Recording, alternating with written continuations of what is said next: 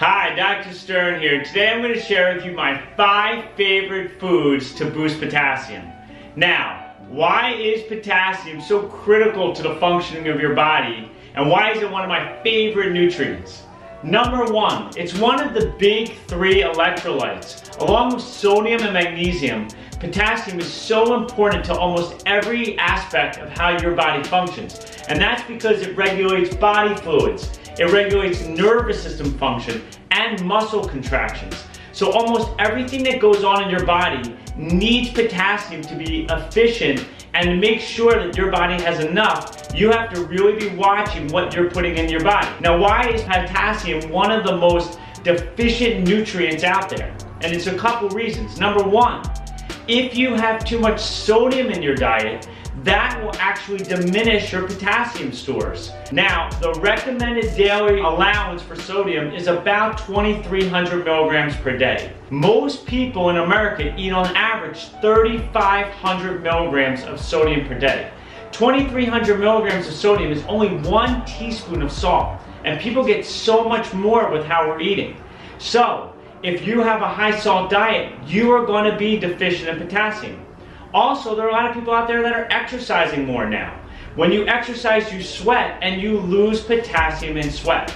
And a third common reason why potassium could be deficient is because cortisol, a stress hormone, actually lowers potassium in your body. So even if you think your diet's pretty good, if you're stressed a lot and the cortisol levels are up, your potassium can be deficient. Now, what are some signs and symptoms of potassium deficiency? Again, it controls almost everything in our body. So, number 1, you're going to be tired. You're going to feel weak. Your muscles aren't going to be strong because potassium controls the nervous system contractions and the muscle function. So you're going to really not feel as strong as you usually will. Number 2, muscle cramps. One of the number 1 causes of muscle cramps is potassium deficiency. If you're waking up at night with a cramp in your leg, a lot of times you're not getting enough potassium.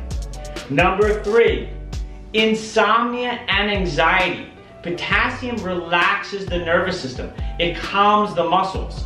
Just the way your muscles will seize and contract when there's not enough potassium, you can feel over anxious and have trouble sleeping if you do not have enough potassium as well. Number 4 and number 5, high blood pressure and high blood sugar. Potassium is so important for heart function. So high blood pressure and arrhythmias are very common symptoms when you have low potassium. Now, potassium also affects how insulin functions and how we store sugar. So even having high blood sugar can be a symptom of not having enough potassium. So it's such an important mineral, it affects so many things in our body. So, how are we going to boost it? Here are my 5 favorite foods. Number 1, salmon. I recommend wild caught versus farm raised for the health benefits. You also get omega-3 nutrients and other vitamins and minerals, but it's really a wonderful source of potassium. Number 2, sweet potato. Sweet potatoes are great. It's a non-grain food. It's low glycemic, and it has a wonderful amount of nutrients, plus it's a wonderful source of potassium. Number 3, dark leafy green vegetables. Spinach, collard greens, Swiss chard, celery. All those green vegetables are wonderful, and not only boosting up a lot of antioxidants, it's a great source of potassium, a lot of fiber, which is super for your health. I really recommend trying to get at least 2 cups of salad a day. That would be my minimum recommendation. If you don't love salads, you could always juice them, although I'm a big fan of using something like a Vitamixer or a NutriBullet because I want to keep the fiber with the vitamins and minerals. I don't want to just use a pure juicer all the time because you're going to lose a lot of the fiber and a lot of the benefits that those vegetables have. Number 4, avocados. Besides being a great fat source, it gives you monounsaturated fats, which are amazing for your heart, great for energy. It's also a wonderful source for potassium. And the last one are legumes. Beans are a great source of potassium. Now, one of the things you have to know about beans is that it has 2 things in it that can actually bother your body.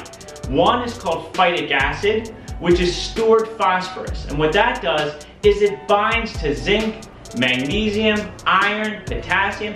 It binds to those minerals that we're trying to get out of it. The second thing is it contains lectins, which are proteins that can irritate the lining of your intestinal tract. However, if you are soaking your beans overnight and you are cooking your beans, you're going to drastically reduce those phytic acid and lectin components. So you can eat legumes, feel perfectly happy about it, get a lot of fiber and great nutrients as long as you're soaking them and cooking them.